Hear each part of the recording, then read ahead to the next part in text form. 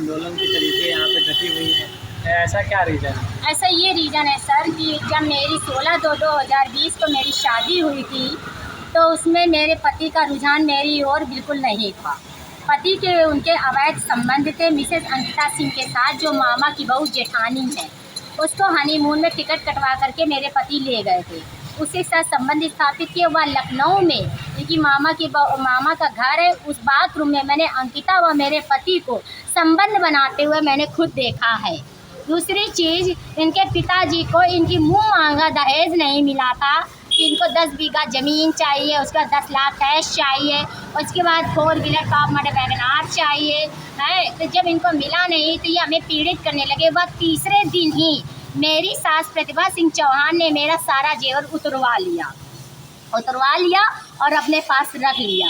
उसके बाद वंशवर्धन ने पहले फर्स्ट नाइट को ही उसने पत्नी से मतलब नहीं रखा, बल्कि उसने आकांक्षा सिंह की मेरे पास आए, उसके तस्वीर दिखाए, कहते ये मेरी गर्लफ्रेंड है और इसके साथ मेरे अवैध संबंध है।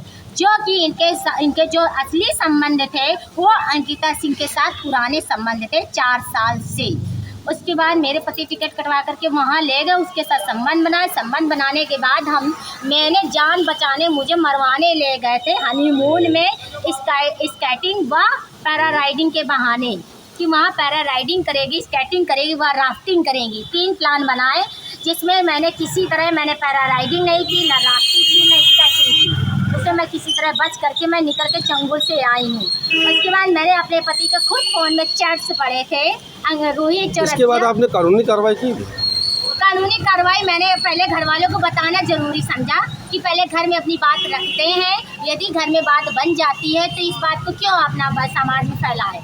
मैंने अपने भाई को बताया, मेरे माँ भाई बेचारे आए, लेकिन इन्होंने धमकाया कि अपने जो ज़मीन है वो नाम करवा दो, वरना आप अपनी लड़की को ले जाइए। ये संगीन जो आरोप लगा रही हैं आप अपने पति पे और अपने ससुराल जनों में, इसके विषय में कोई आपके पास कोई पक्के सबूत है? पक्के सबूत मैं खुद हूँ सच। अच्छा। पक्के सबूत मैं हूँ, मैंने लिखित दिया है, प्रार्थना पत्र दिया, मैंने FIR दर्ज करवाई है। जब मैं फिर किसी तरह मेरे माँ भाई आए हैं, मेरे पास सबूत हैं, दहेज के स्वरूप हैं। जो दहेज में भेंट गाड़ी दी गई है या दहेज में जो भी दिया गया है उसके साक्ष्य मेरे भाई के पास। अब आप क्या चाहती हो? मैं ये चाहती हूँ कि इन पे कार्रवाई, कड़ी से कड़ी कार्रवाई की जाए, और जो इन्होंने हमारे साथ व्यवहारिक ढंग अपनाया है या तो मेरे रहने की व्यवस्था प्रदान करी जाए या फिर इनमें कड़ी से कड़ी कार्रवाई दी जाए। वह DNA करवाया जाए। जो मिसेस अंकिता सिंह से वंशवर्धन की बेटी है 3 साल की, उसका DNA टेस्ट करवाएं।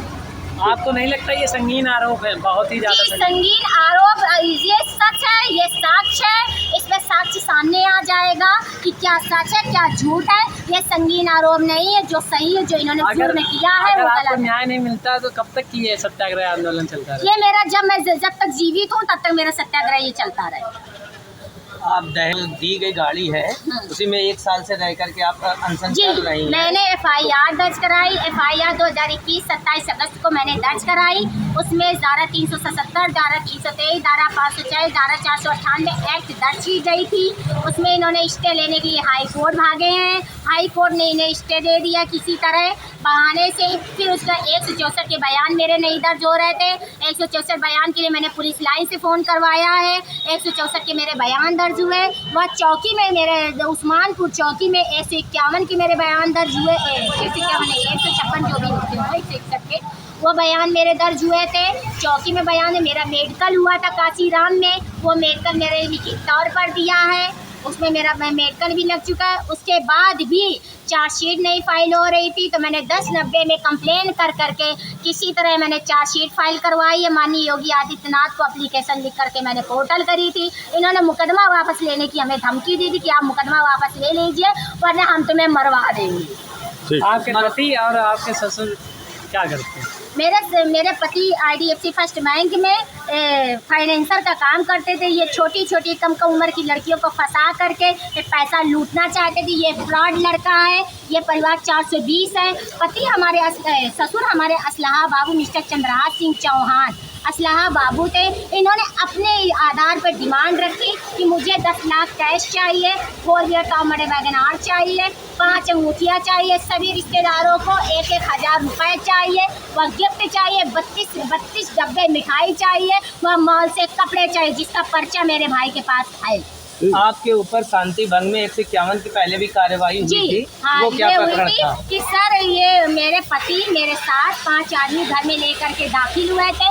मेरी जान को खतरा था, इसके लिए मैंने 112 को सूचित किया। 112 मेरे पास आई। यहाँ थाने व चौकी का षड्यंत्र था कि किसी तरह लड़की को मरवा दो या तो जेल भेज दिया जाए। तो यहाँ पुलिस, ये चौकी इंचार्ज अशोक कुमार तिवारी आए हैं, उन्होंने जबरन मुझे यहाँ से उठवाया है गाड़ी में और वहाँ से मुझे थाने ले गए। थाने में रात भर मुझे बिना मतलब में बैठा रखा है। मैंने कोई शांति व्यवस्था भंग नहीं की थी। फिर वहाँ पे मुझे वहाँ से बहाने से ले करके काशीराम हॉस्पिटल ले गए।